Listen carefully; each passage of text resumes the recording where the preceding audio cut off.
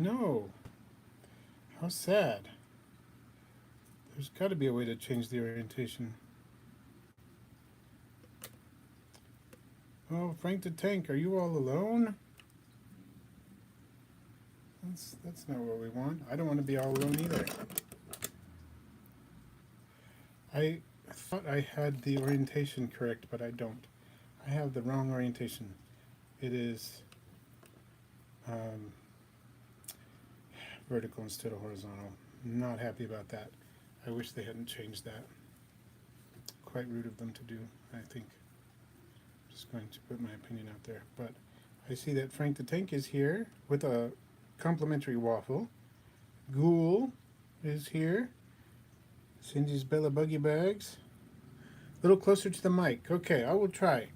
I am charging the device that I am using, and so the mic is not as loud as normal because I can't plug in the mic and the charger at the same time, which is so sad. So let me know how that goes. Whoa. What just happened? No. Sorry. Just trying to fix a few things. It's not working at all. Okay, well that's fine. Welcome those of you who are here. I have some frantically feasting friends. And if you know who my frantically feasting friends are, you can chime in. Which species I'm working with here. I'm going to change the chat so you can chat more. This is, of course, our last live stream of the year. We're going to do some more live streams, of course, next year. Well, Ghoul, I'll take that. I think that's close enough. Creamsicle prognosis. This is orange cream, so same mutation, but probably different line. Orange cream. So I believe orange cream was. I got mine from Art of Darts, but they probably got theirs from Kyle of Roach Crossing, I'm guessing. I see Chet is here. Welcome, Chet. And welcome Joseph Tavir as well. We're starting to have more people show up in the chat. Great. So, what's going on, everybody? How is the end of 2025 treating you? Hopefully well. I see the Fishy Plumber is here as well. Very good. Now, what I want to show you here, this is an example of what I think is a fairly well-populated enclosure without being overdone, but I can't because the darn horizontal vertical feature is being ridiculous. So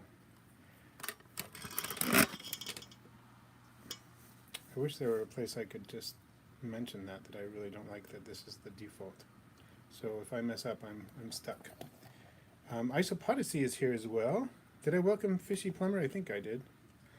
And we have item 13. Welcome. Welcome, welcome. So, do we have requests, everybody? Do we have requests for what you would like to see? I've got something I want to show you. Just a second. And I'll take requests too.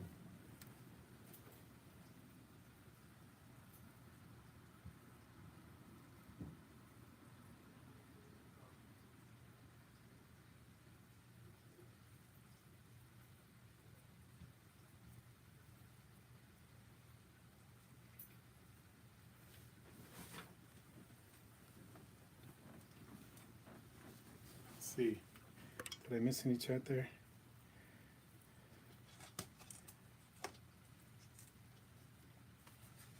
"15 minutes of lame." What is this?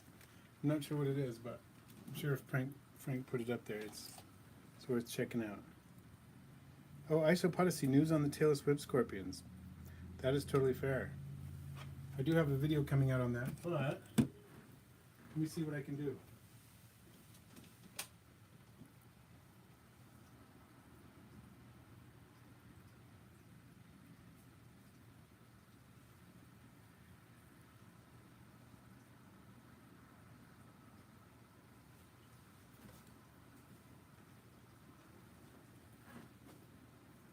All right. Let me show you what's going on here.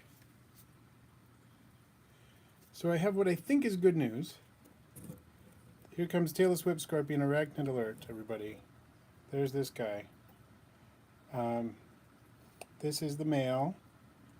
He produced a nice spermatotheca recently that I posted about on Patreon.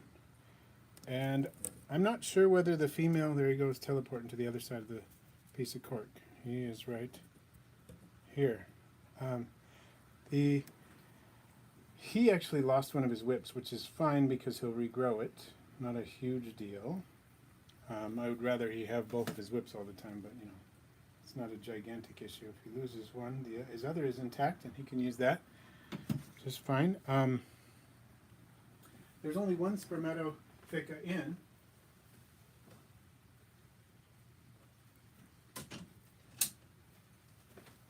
in the enclosure, and so I think that means that it probably took, but I'm not sure.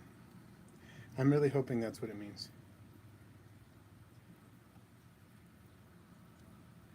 Okay, so I hope that's good. I hope that helps. Frank, the fishy plumber, what's your favorite isopod? Oh, so hard to pick. Favorite isopod. Tell you my favorite Armadillidium is probably Gestroy. My favorite Porcellio is probably Porcellio Hoffman's Egg Eye Orange. Yeah. Somebody just asked, I think it was Frank, asked if we could see Gestroy.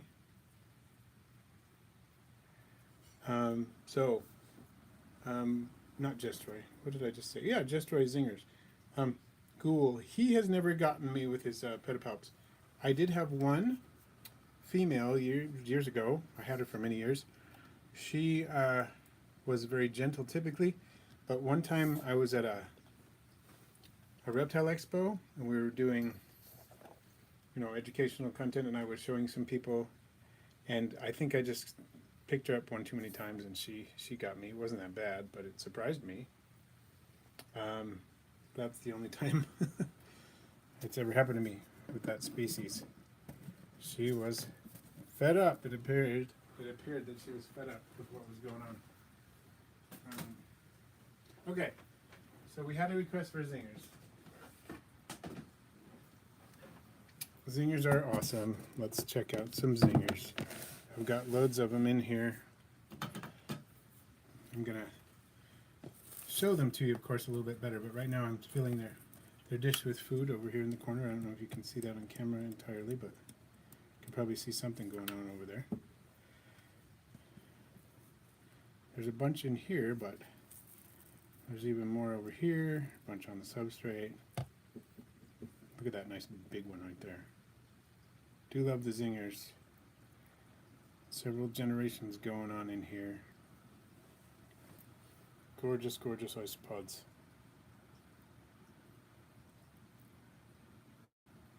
Oh, Frank the Tank, White Hoffs, nice. That's fantastic. Glad they're breeding for you. And item 13. Oh, thank you. Yeah, I just heard about the winner today of the shirt, and I think it was yesterday or the day before, the winner of the gift certificate to the website. So hopefully they enjoy their prizes. It's always fun to be a part of that. So what makes a zinger a ghoul? Good question. So these are not the wild type. These are what appear to be an axanthic version of the Armadillidium gestroy. So for comparison's sake, let me grab another enclosure.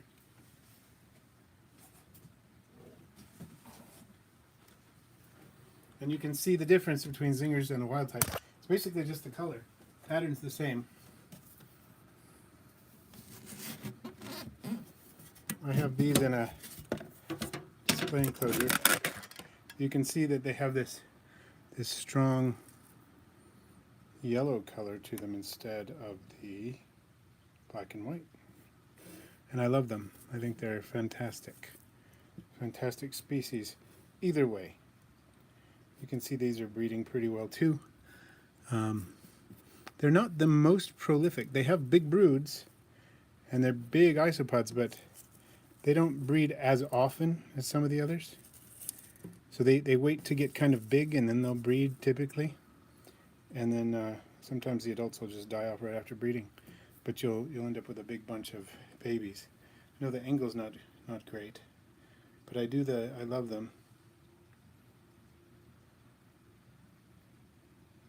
So Warrior of Corn, yeah, that kind of thing happens once in a while.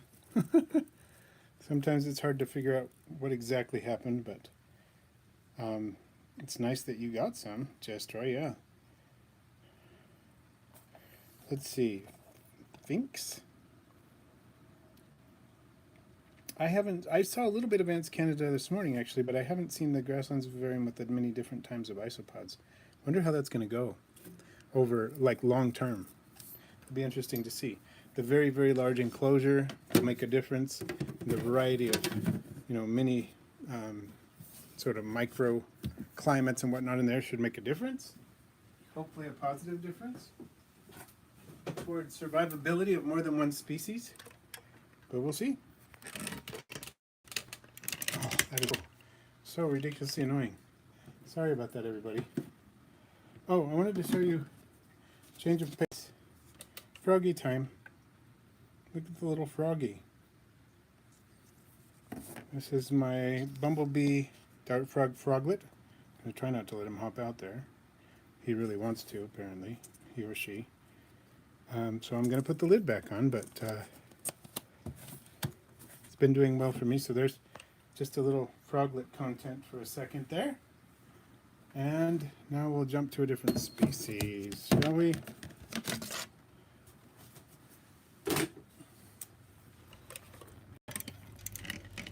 Let's see what we can see here. Yeah, just like what Frank said. Slow breeders but have large broods.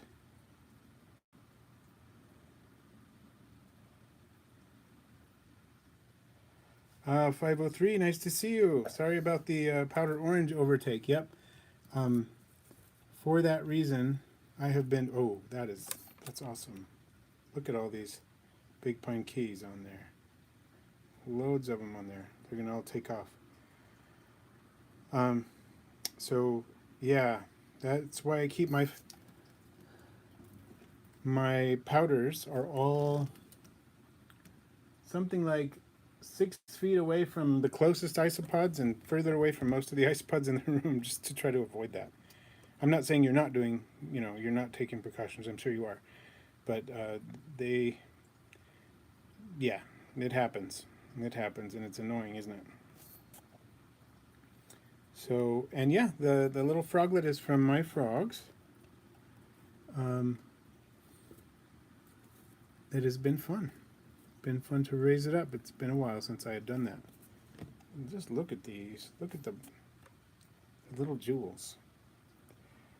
I managed not to upset these quite as much. Just the variety in this locality is mind-blowing. So,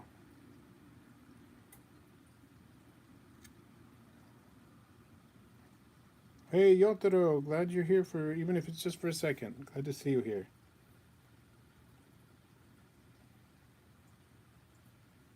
Yeah, smart to keep your dwarf whites on a different floor. I actually stopped keeping dwarf whites except in a couple of bioactives that I'm never going to get them out of, probably. But I'm not breeding them on purpose other than that. For that reason.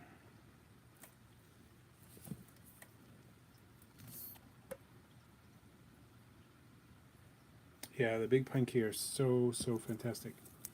It would be fun to try to isolate and get different strains, wouldn't it? I wonder if I'll do that. Frank just suggested it. And it sounded kind of fun. I might even be able to increase some traits. Speaking of increasing traits, I've got a couple of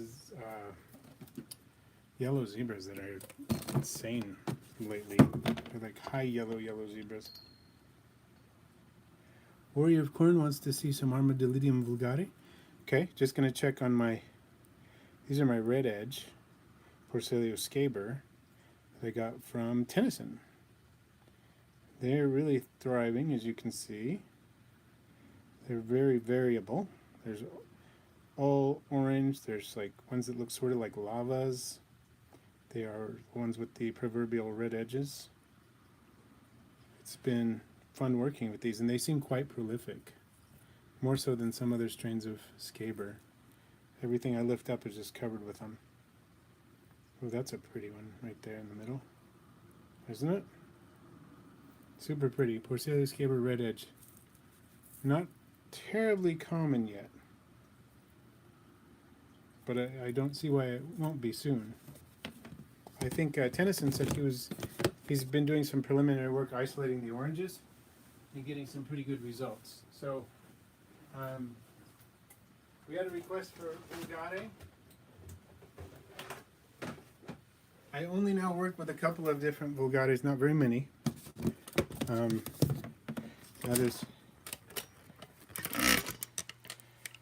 That is a choice I have made for various reasons. But these are Armadillidium vulgare, Santa Lucia, or Saint Lucia, or whatever you want to say. They are quite variable. They produce a lot of light individuals with dark heads. They produce some that are white. They produce some that are just orange. There's a lot of variation in this strain. Seeing if I can find one of the really white ones, but there's basically a yellow one with a dark head. There's a lot of those. You can see a couple of them there. A lot that'll sort of in between, and some wild types, some really pale individuals. There's a white one on the straight. I lost it because of the. I don't know if you can see it. Gone now. Frustrating. Seriously, YouTube, if you're listening, go back so that vertical live stream is not the default. I do not like the default being vertical live stream. I want my horizontal live stream back, please. Let's get another Armadillidium vulgare out. Here's a nice robust colony. So Warrior of Corn, I would recommend separating them, because they do occur in the wild together a lot, and they might do fine for a while, but eventually one of them is likely to outcompete the other. Here is my absolute favorite, Armadillidium vulgare. These are Magic Potion, Pure Line Magic Potion. These come from Kyle Candillion of Roach Crossing. He was one of the founders of the morph.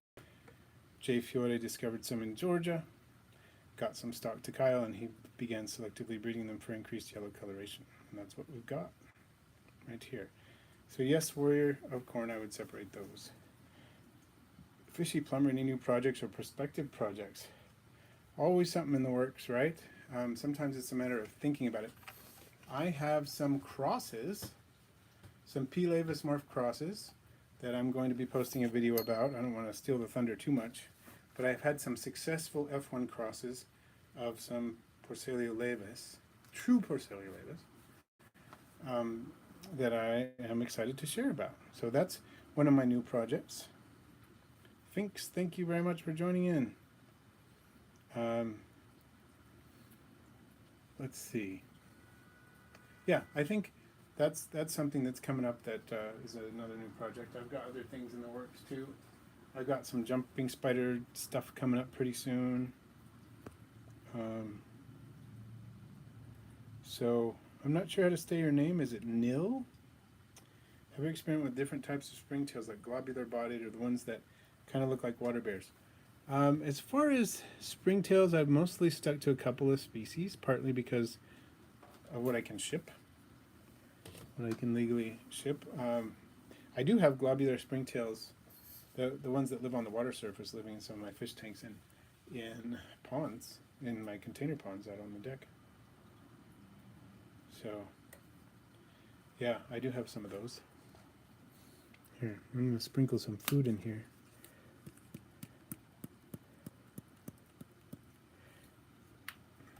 Why not? And get some of them eating it. There are loads in here.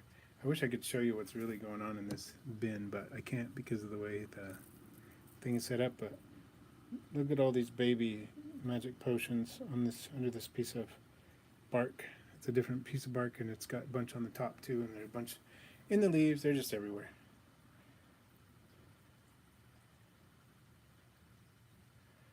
Yeah, Ryan is this springtail guy. I've watched some of the video content with him. He's definitely got lots of springtail stuff going on. Springtails US. Yeah, that's a good place to check that out. His video he did with Josh from Isopods was cool. And I think I've seen him on other stuff too. I'm trying to think. But definitely he has a lot of springtail things going on.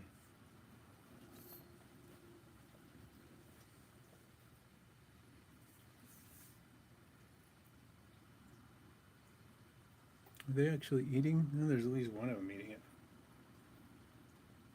So item 13, the soaking of the leaf litter, it does work. It seems to work really well. It gets the leaves to a point where the isopods can really eat them. They seem to enjoy it. We wait till they get stinky, and tried various permutations of that, but it seems as long as you soak them in water long enough, it works. If you do it with, you can add other things like molasses and flour and yeast and different things to do different things at different speeds, but it just really seems to work.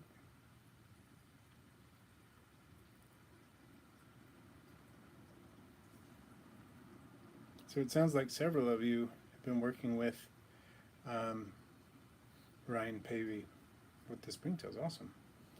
And the fishy plumber, yes. I missed Josh too. I was glad to be able to speak with him. I guess it was 2 weeks ago.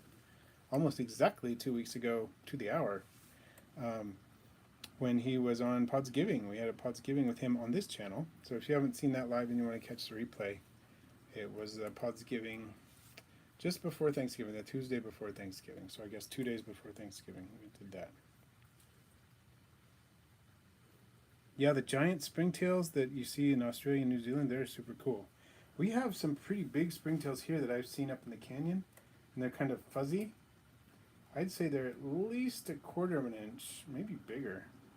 I haven't attempted to culture them though. But they got some really cool ones.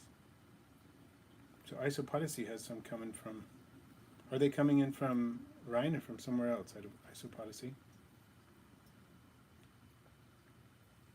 So Warrior of Corn, there are a couple of kinds of yeast you can give to springtails, but you'll probably have a lot of different people say different things. I've given them nutritional yeast extensively without problems as long as you don't overdo it.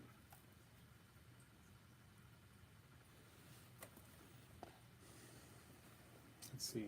I think I'm going to try to put these guys away and get something else out.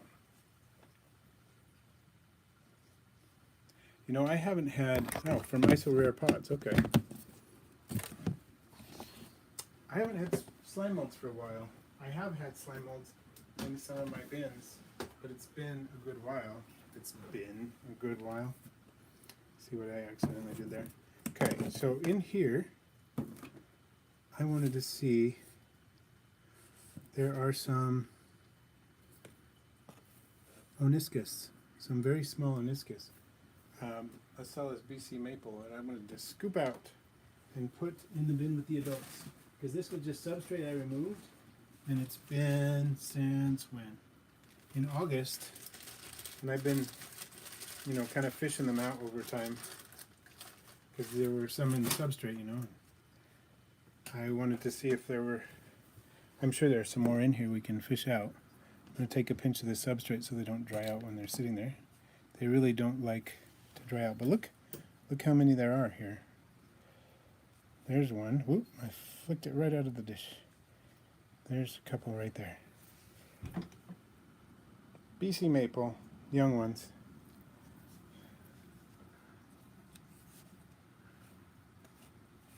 Oh, there's another one.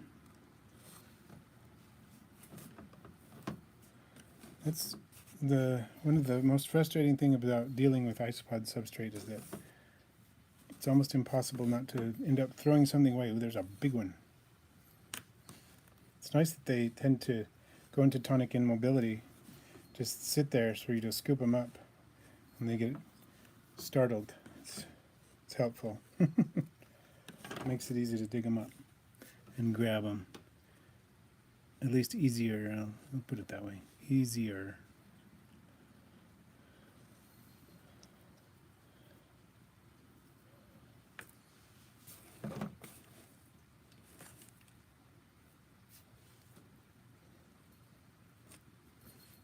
There's quite a few in here.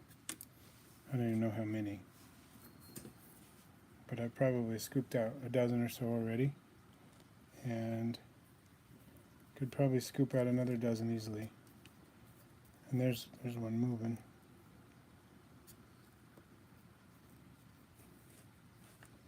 Yep, lots of them. Lots of springtails in here too. Let's see.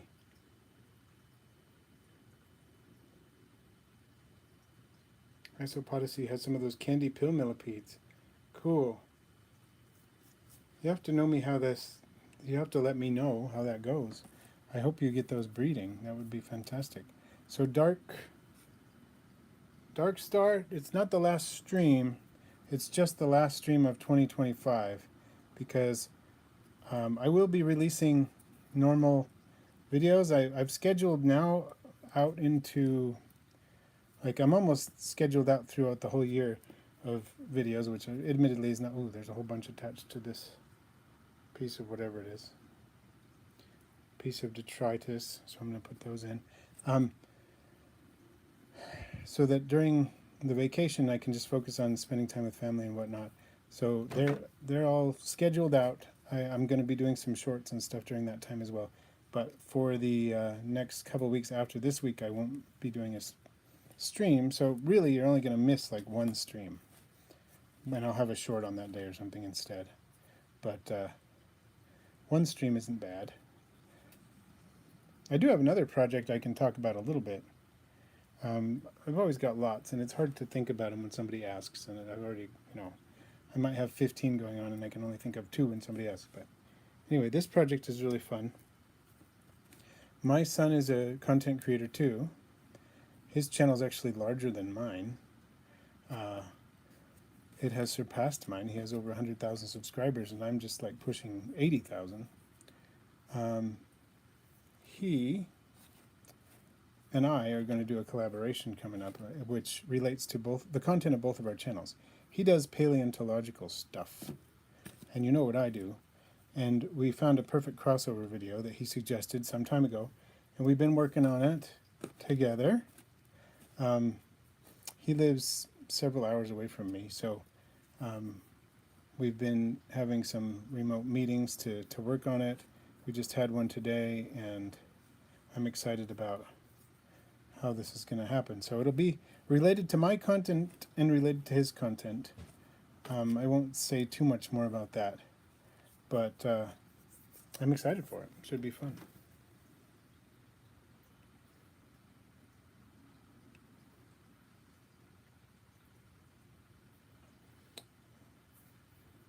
Okay, so Isorare's got the breeding down for the candy pill millipedes. That's fantastic.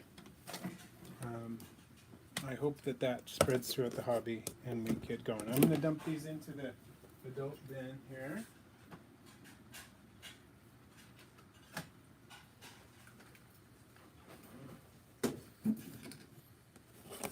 And I want to take a look.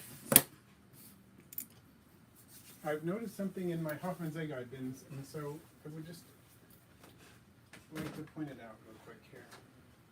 I know I show the Hoffman Zinger, the orange Hoffman Zinger a lot, because they are one of my favorites, and because I like to check on them. See what we got. So, the Hoffman Zinger, this is interesting. I got lots of juveniles of different ages, and there's a pretty big male. But I realized I don't really have very many adult females. I'm trying to figure that out. What's going on? Are there any adult females in there? That's a male. That one I'm not sure. That one's a male. That one's a male. Just trying to see if we have some adult females in there, or if my adult females have kind of died off, which would be super sad. There we go. I mean, I'm sure many of these juveniles are males. I mean, are females, but might be a pretty big break in breeding. That looks like it's probably a female. Still juvenile, but older juvenile. That's a female. She's pretty much close to breeding age. Okay, and then this one has a lot of older juveniles that are pretty close to breeding age, and a lot of them are females, so we'll be okay. Look at the earpods on that gentleman there. Very nice.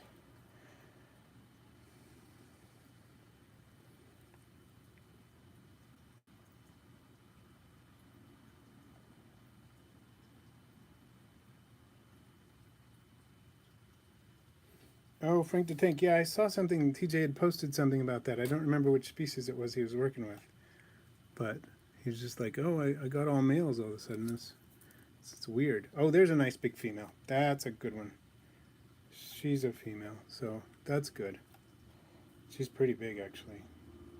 Probably the largest female I've seen since we started looking today.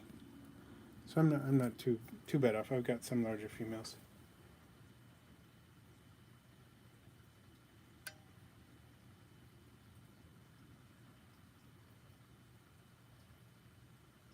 Oh, so 503 is asking what my son's channel is called. It's called The Vividin Paleontology. There's another female. Okay, good. I don't feel so bad. Sorry, I keep knocking that over. One more bin of Hoffman's egg eye. Just to see what's going on in here. This is probably my least populated bin of Hoffman's egg eye. Couple big males, some juveniles in there. What we got under here? Nothing. What we got over here? A couple of larger juveniles, both male juveniles. What we got over here? That's probably a female juvenile there, the larger one. Some wee ones. A couple more wee ones there. Okay, and some more on the ground there. Okay, yeah, we're okay. Not too concerned then.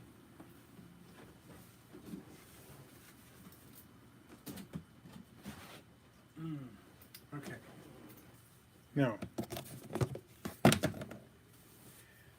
I want to see if I can show you.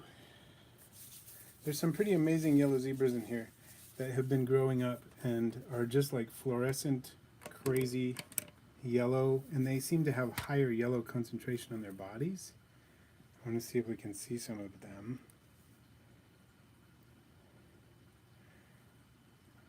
Some of those are pretty nice, but I don't see the like fluorescent ones. Pretty decent yellows. Most of the ones in here. Oh, there's one of them. Look at that one right in the middle of the screen. Crazy, huh? Some really nice yellow on that one. I have a couple in here like that, and I'm trying to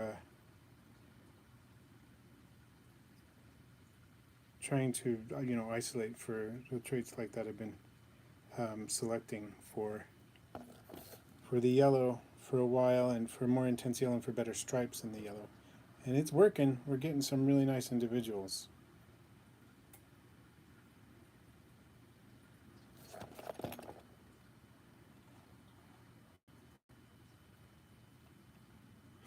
So bright it cures color blindness.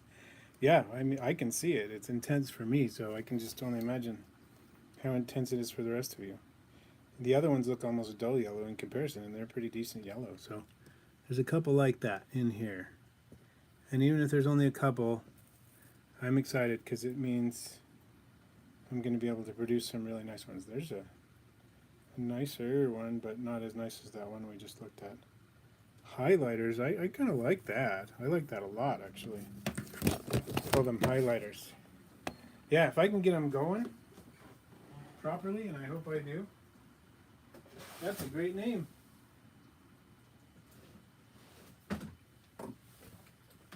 That might be my favorite name I've I've heard for them. So thank you, 503, for that.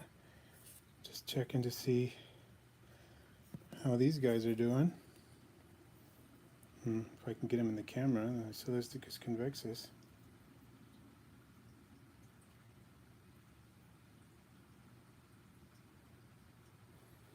Yeah, I'll just have to give you credit, 503, when people ask who came up with that name. I have to tell them it's you. Not me. Love that. Okay, I want to check on my Lucy's. Has anyone else worked with Porcellus caber Lucy? Because they're doing okay for me, but I feel like I have so many other strains of Porcellus caber that are just like going bonkers, breeding like crazy. And these are breeding. It's not that they're not breeding, they're just slow compared to just about any other strain. Maybe similar to lavas. I feel like even the lavas breed faster than these guys. And I like them a lot. I mean, they're beautiful. I love their dark eyes. I love that they have the uniformly dark eyes on the white body. Super cool. But I'm just wondering if they breed more slowly than some others.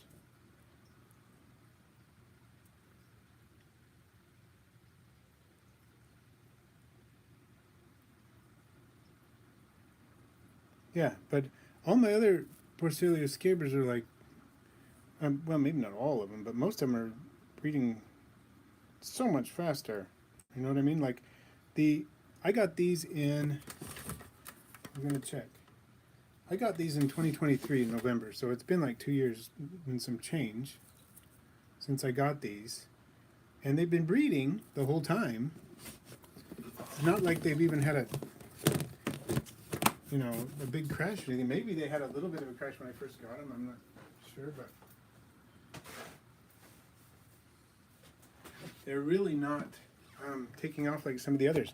Like, I got those, if you were here in the stream when I started, I showed you some of those red edges that I got from Tennyson Kingsley, and those have gone like crazy. They really do really well. Yeah, I might have to do a small bin or something. It's true. I did actually start them in a small bin. Fishy plumber. Yeah. So you didn't pick up the Lucy's. Okay, we're gonna look at the lavas a little bit. If I can get this to work. I do love the lavas. It's just the angle is crummy. I can't show you what I really see because I'm not used to holding it in the camera this way, but there's some decent lavas on here, not a ton on that piece of wood. Let's see what this other piece of cork looks like, a little better. More lavas. See, when I look in here, I'm always seeing lava babies of various ages. I feel like they breed not the fastest, but faster than the Lucy's. Not as fast as some of my others. This one's covered in lovely lavas. Look at those lovely dark colors. Do love them.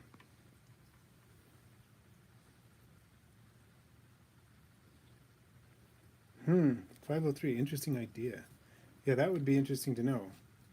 If there's like some limiting factor that for Lucy's they have to pick it up from their diet or something, and others are able to manufacture something, something along those lines. That would be interesting.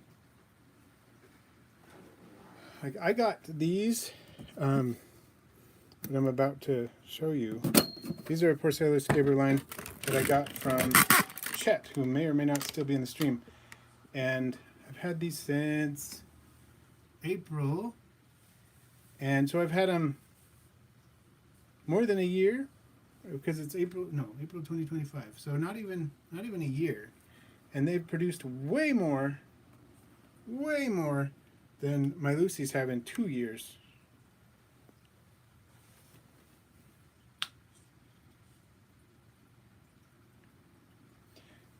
You can, I have, back in the old days, I kept dwarf white colonies on cardboard. You can do it. Not just cardboard. I mean, I had substrate, but I used cardboard sheets in there with them. I've done that.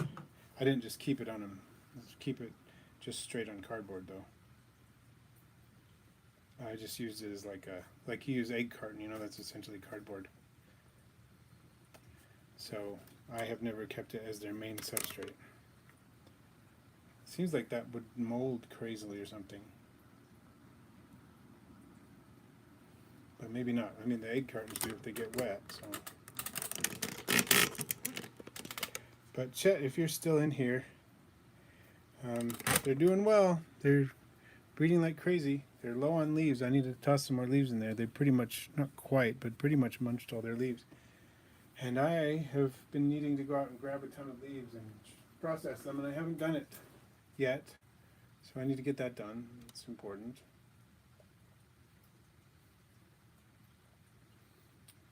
Zaku, welcome. I'm not sure if I've seen you here before.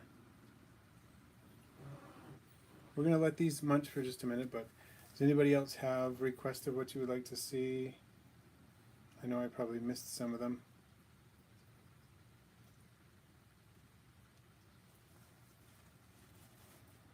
And cardboard, if it's got like ink or things on it, it could be toxic, or if it's just packed, something was packed in it that was toxic, that could be a thing too. And I do have loads of leaves outside. Loads and loads. I need to get them. I meant to get up in the canyon. I was up in the canyon with my wife, how long ago? Like a couple weeks ago, and realized I should have brought some bags with me because their oak leaves are everywhere up there. And I could get some, but I didn't.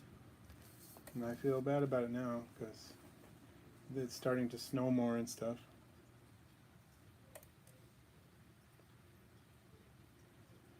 Okay, Zaku, yes, I remember Casbah, that makes sense. And these, James, are Porcelius scaber orange Dalmatian. As you can see, the orange varies. Some of them are, you know, they have lots of big splotches of orange on them, and some of them have just one or two. Some of them have very little orange. Some of them you have to look at under a magnifying glass to see the orange, but it's there. So yeah, very cool. And I see Cindy's Bella's buggy bags that you want to see some Pentakings, so we can do that. We can do that after we watch these munch for just a minute. The orange Dalmatians are crazy prolific, and here's an interesting fact. I was one of the first. I was not the first. I think I was the third person that I know of to produce orange Dalmatians. And one of them was Black Sheep. I think Black Sheep 88 was his handle on Arachnoboards. And there was, I'm trying to remember, was his name Alan Gross, maybe, on Dendroboards. And they were working on the orange Dalmatians. And I decided to jump in and work on the orange Dalmatians along with them, but I was a little bit later to the game. But at any rate, at that time, I went back and looked at the thread not that long ago, and it said, yeah, these orange Dalmatians are extraordinarily prolific. And whatever that was, it's not just hybrid vigor that disappeared after the F1 generation. It stuck with them, because they are crazy prolific. So, yeah. So, Goutkin, do I have an update on crossing P. laevis orange with How Now? Watch this space. An update is coming. It's a pretty cool one. I'm excited about it. It's going to be in a long format video that is coming up. Let me check the dates. It's already uploaded and everything. It's scheduled. I just need to check when it's coming out. So let me double check.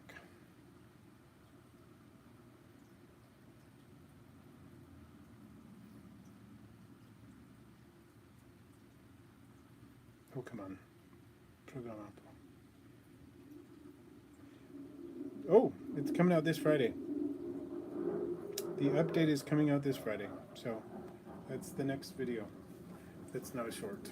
It's coming out. It gives you some feedback. Or not some feedback, gives you an update on that. So this would look so much better if I could just actually see them properly and didn't have to do the darn vertical thing, but okay. So Frank the Tank, are you saying you would like to see the rice fish?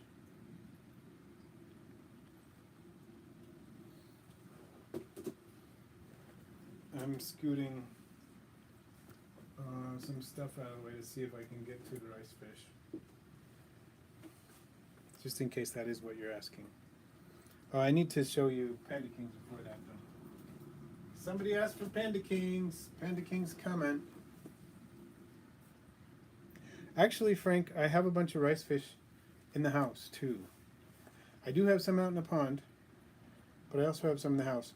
So if you would like to see the rice fish, I could show you some rice fish, if you're really into it. I just want to point out the bottom left of the screen right now, there is a really nicely marked orange Dalmatian with lots of orange markings. It's kind of gorgeous.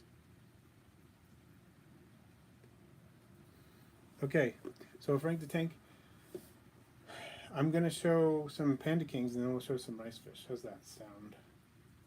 Should we do it that way? Because someone asked for Panda Kings a little while back, so.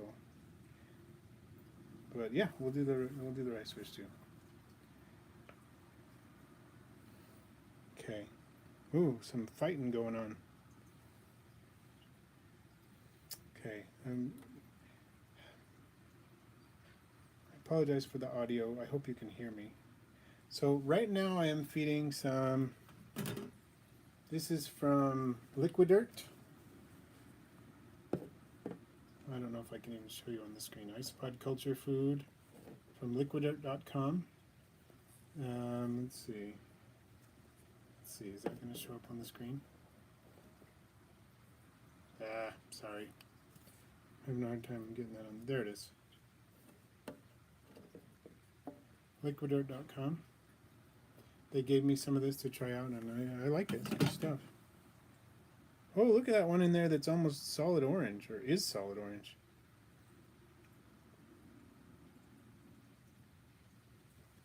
That is not what I would expect to see in there. I don't think I've done any mixing, so that would be an interesting throwback there. Cool. Okay. Panda King time? Let's do some Panda King. There's lots of good foods out there. This just happens to be the one I'm offering now.